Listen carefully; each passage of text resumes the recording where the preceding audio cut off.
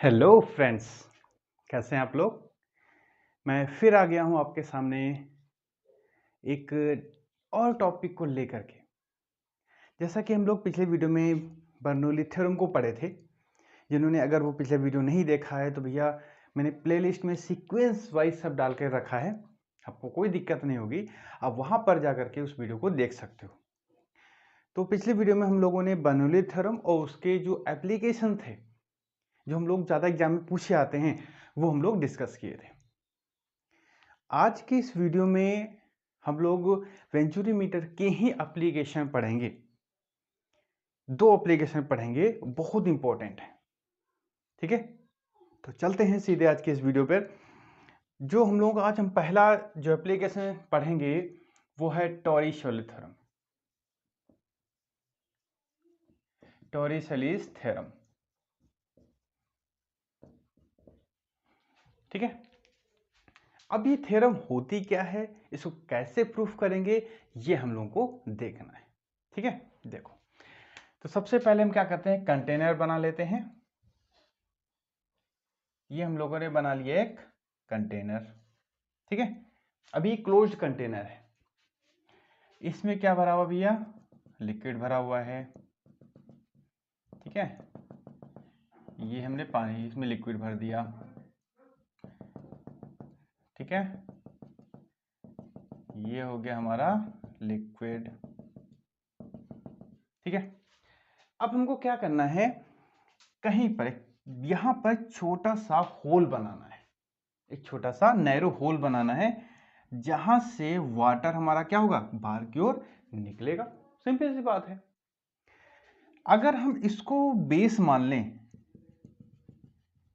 तो ये जो होल है इस लिक्विड की फ्री सरफेस से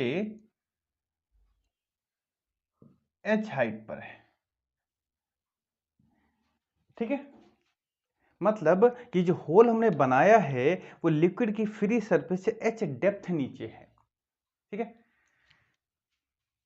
या इसको ऐसा कह सकते हो कि ये जो आपका बेस है, ये बेस, ठीक है। इस बेस से जो लिक्विड की फ्री सरफेस है ये आपकी y1 हाइट पर है, और ये जो है ये आपकी y2 हाइट पे है, ठीक है। जो आपको कहना है वो कह सकते हो। तो यहां पर हमने ये माना कि लिक्विड की जो फ्री सरफेस है वो इस बेस से y1 हाइट पर है, और ये जो छोटा सा नैरो होल बनाया है वो यहां से y2 हाइट पर है, ठीक है। अगर हम यहां से देखें तो y1 माइनस y2 को हम लोग h लिख सकते हैं, ठीक है। क्योंकि जब इसमें से इतना माइनस कर दोगे तो इतने तो बचेगा, ये h है आपका। यहां पर जो एरिया है, यहां पे एरिया हम इसको A1 मान लेते हैं, यहां पे एरिया A2 मान लेते हैं, ठीक है। यहां पर जो प्रेशर है वो P मान लेते हैं, यहां पे प्रेशर हो गया PA मतलब एटमॉस्फेरिक प्रेशर, क्योंकि यहां पे तो भैया खुला है, यहां पे बंद है, इसलिए यहां पर P माने, ठीक है। यहां पर जो लिक्विड निकलेगा बाहर वो हम लोग वेलोसिटी v2 मान लेते हैं, velocity of liquid, velocity of liquid. यहां पर हम लोग वेलोसिटी ऑफ लिक्विड क्या मानेंगे, v1 मान लेते हैं, वेलोसिटी ऑफ लिक्विड क्या हो जाएगी, v1 हो जाएगी, ठीक है। इतना हमने थोड़ा कंसीडरेशन करके बना दिया, और जो लिक्विड हमने इसमें फिल किया है उसकी जो डेंसिटी है, उसकी जो डेंसिटी है वो क्या भैया, रो है, बस। अब ये बर्नौली थ्योरम का एप्लीकेशन है, बर्नौली थ्योरम का एप्लीकेशन है, तो हमको सबसे पहले क्या करना है, यहां पर बर्नौली थ्योरम भी लिखना पड़ेगा, ठीक है। देखो तो यहां पर हम सबसे पहले इक्वेशन ऑफ कंटिन्यूटी लिखते हैं, क्योंकि इसकी हमको जरूरत पड़ेगी, इक्वेशन ऑफ कंटिन्यूटी। तो ये इक्वेशन ऑफ कंटिन्यूटी क्या होता है भैया, A1 एरिया कैपिटल माना है, तो A1 V1 is equal to A2 V2 equation हम लोग स्टार डाल देते हैं, ठीक। यहां पे जिसकी हमको जरूरत पड़ेगी वो हम वैल्यू निकाल लेंगे। अब हम क्या करते हैं, बर्नौली थ्योरम लगाते हैं, ठीक है।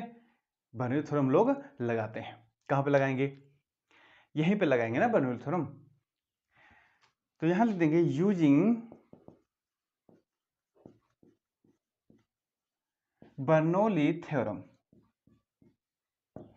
ठीक है, अब देखो जरा, तो एक बार हम बर्नौली थ्योरम यहां पे लगा लेते हैं, एक बार बर्नौली थ्योरम यहां पे लगा लेते हैं। ठीक है, दो जगह लगा लेते हैं।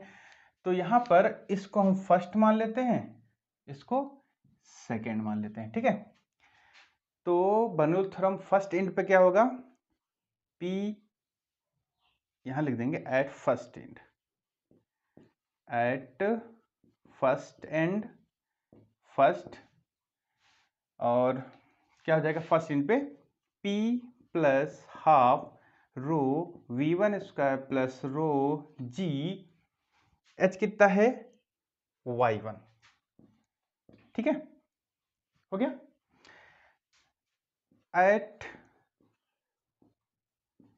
सेकेंड एंड बर्नौली थ्योरम लगाओ जरा यहां पर, तो हो जाएगा P A plus half rho V2 square plus rho G Y2।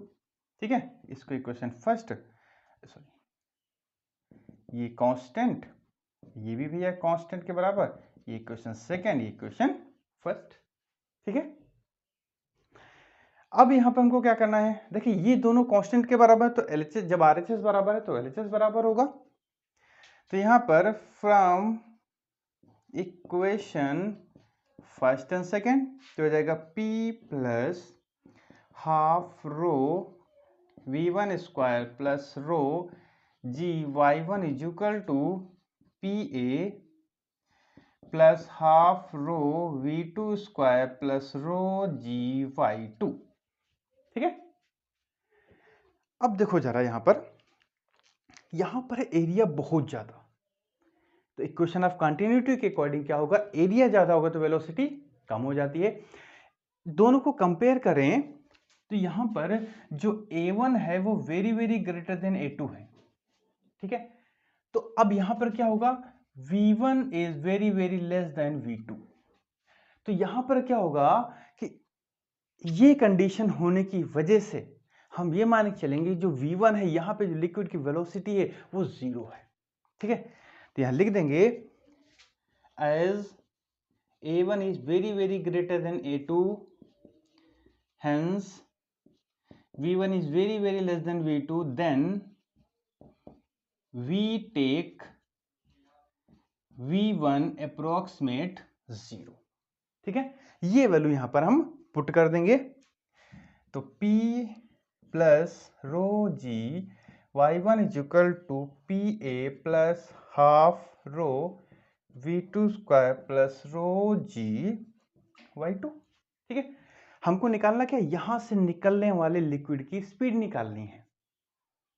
ठीक है, ये हमको ये क्या निकालनी है, यहां से फ्लो होने वाले लिक्विड की स्पीड, हमको V2 निकालना है, V2 निकाल लेंगे।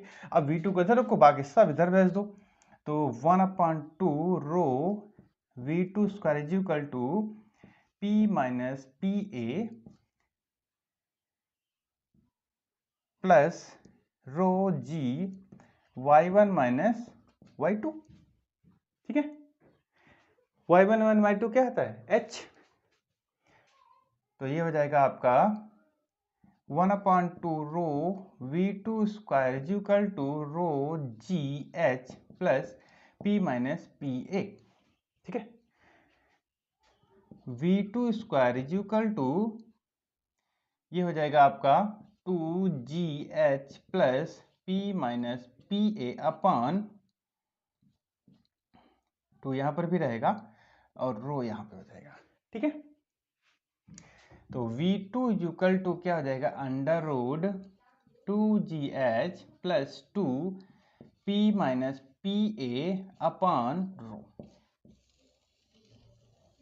ठीक है, ये भैया आपका फॉर्मूला आ गया कि इस छोटे से नैरो होल से निकलने वाले लिक्विड की स्पीड क्या होगी। ठीक है, अब यहां पर दो केस लगाते हैं, दो केस वो इंपॉर्टेंट है। देखो डेरिवेशन में कोई दिक्कत नहीं है, मैंने सबसे पहले क्या लगाया, इक्वेशन ऑफ कंटिन्यूटी लिख दिया। ठीक है, वैसे इसकी तो कहीं खैर हमको जरूरत पड़ी भी नहीं, वो यही बस निकालने के लिए जरूरत पड़ी थी।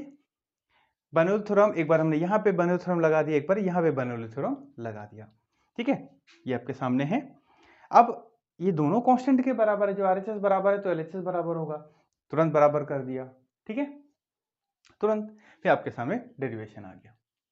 अब देखो इसमें दो केस कौन कौन से जनरेट होते हैं। दो केस इसमें जो जनरेट हुए हैं देखेंगे। केस फर्स्ट कौन सा, if P is very greater than PA। ध्यान रखेंगे ये भी क्लोज्ड है। ठीक है, मतलब ये प्रेशर बहुत ज्यादा है इस एटमॉस्फेरिक प्रेशर से, तो वहां पर देन वी नेग्लेक्ट 2GH। इस टर्म को हम लोग क्या कर देते हैं, निगलेक्ट कर देते हैं। ठीक है, तो हम लोगों के पास जो बचता है V is equal to under root 2P minus PA upon rho. ठीक है, ये जो कंडीशन है यहां पर, ये रॉकेट में यूज की जाती है, रॉकेट में यूज की जाती है। दूसरा केस, केस सेकेंड, अगर ये ओपन है, इफ बॉक्स इज ओपन, अगर ये बॉक्स जो है ये ऊपर वाला एंड ओपन हो, उस कंडीशन में क्या होगा, जो P है वो हमारा एटमॉस्फेरिक प्रेशर के बराबर हो जाएगा। तो ओपन हो जाएगा तो यहां पर भी एटमॉस्फेरिक प्रेशर वर्क करेगा। जैसे हम यहां रखेंगे तो ये वाला टर्म क्या हो जाएगा, 0, देन V इक्वल टू क्या आ जाएगा, अंडर रूट 2GH। किसी किसी बुक में भी ये वाला केस सिर्फ करके दिखाते हैं, ये जनरल फॉर्मूला आपको करके नहीं दिखाते हैं। ठीक है, तो ये केस मैंने आपको बता दिया। तो यहां पर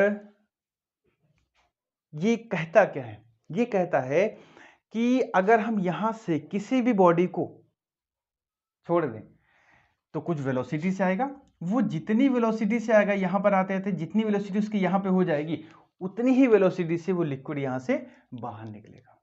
और आसान शब्दों में समझाते हैं कि जैसे मान लेते हैं यहां से लिक्विड जो निकल रहा है वो 10 की स्पीड से निकल रहा है, 10 की स्पीड से निकलना है, तो हम यहां से जो बॉडी छोड़ेंगे वो जब इस लेवल पे आ जाएगी तो उसकी स्पीड भी 10 के बराबर होगी।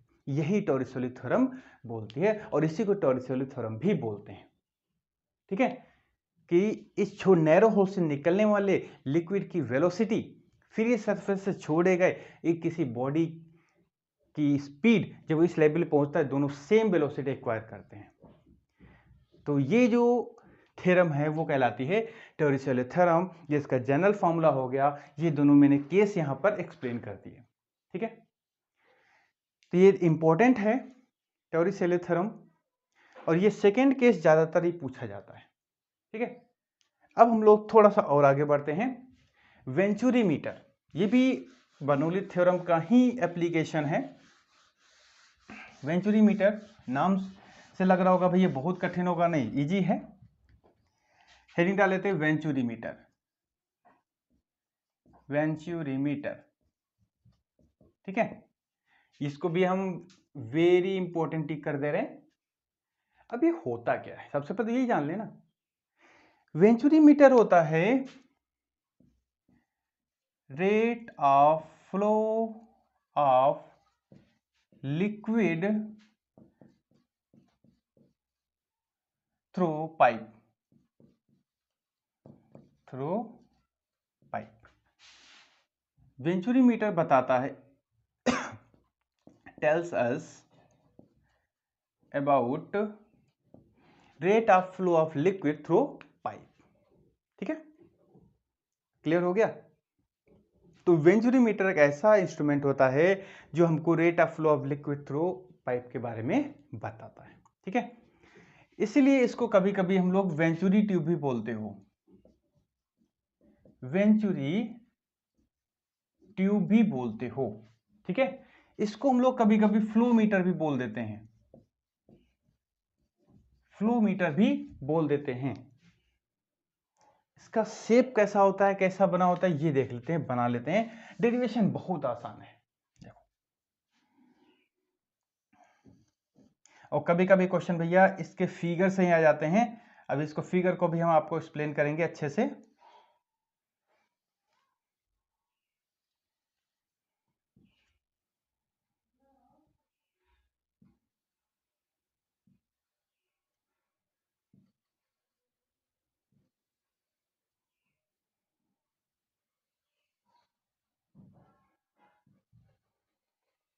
ये थोड़ा सा इसमें हो गया, ठीक है।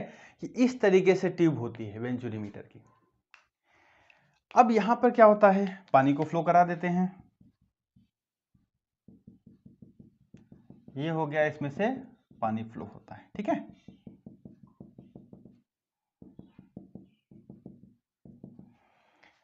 अब किस नली में पानी ज्यादा चढ़ेगा, किस में कम रहेगा, ये फिगर में सबसे इंपॉर्टेंट है। देखो जरा, यहां पे एरिया है ज्यादा, यहां पे एरिया है कम। ध्यान दीजिएगा, एरिया होता है इनवर्सली प्रोपोर्शनल टू वेलोसिटी, और P जो होता है इनवर्सली प्रोपोर्शनल टू वेलोसिटी होता है, ठीक है। क्लियर, देख लो भैया।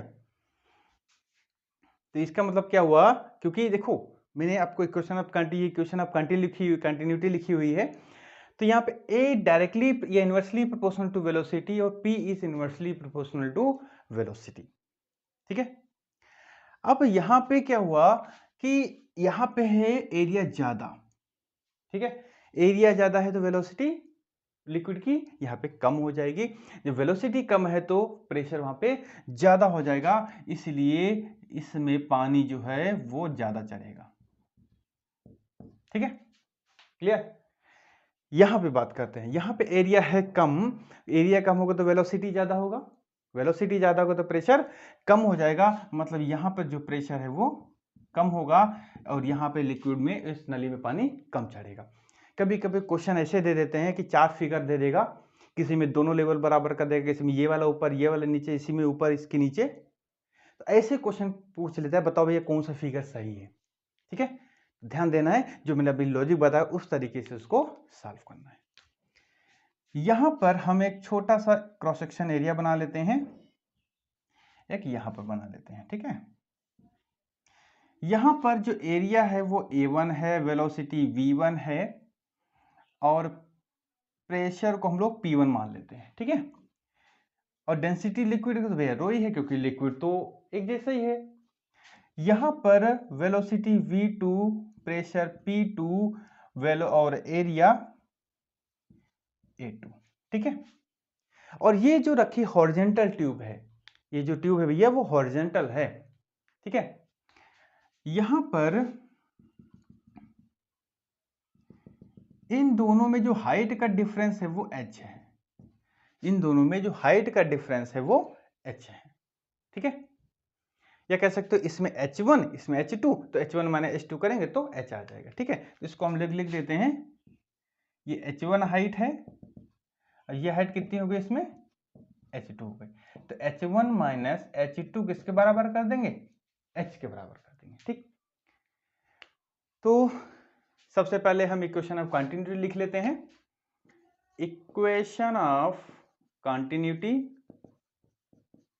क्या होता है भैया, A1 V1 is equal to A2 V2, ठीक है। इसको इक्वेशन स्टार डाल देते हैं। अब ध्यान से देखोगे तो ये वॉल्यूम भी तो लिखा है, ठीक है, वो आगे जरूरत पड़ेगी तो हम बताएंगे आपको। अब हम बर्नौली थ्योरम लगाते हैं। यूजिंग बर्नौली थ्योरम,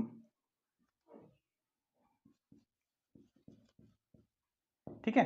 एक बार हम फर्स्ट इंड पे लगाएंगे, एक बार सेकेंड इंड पे लगाएंगे, ठीक है।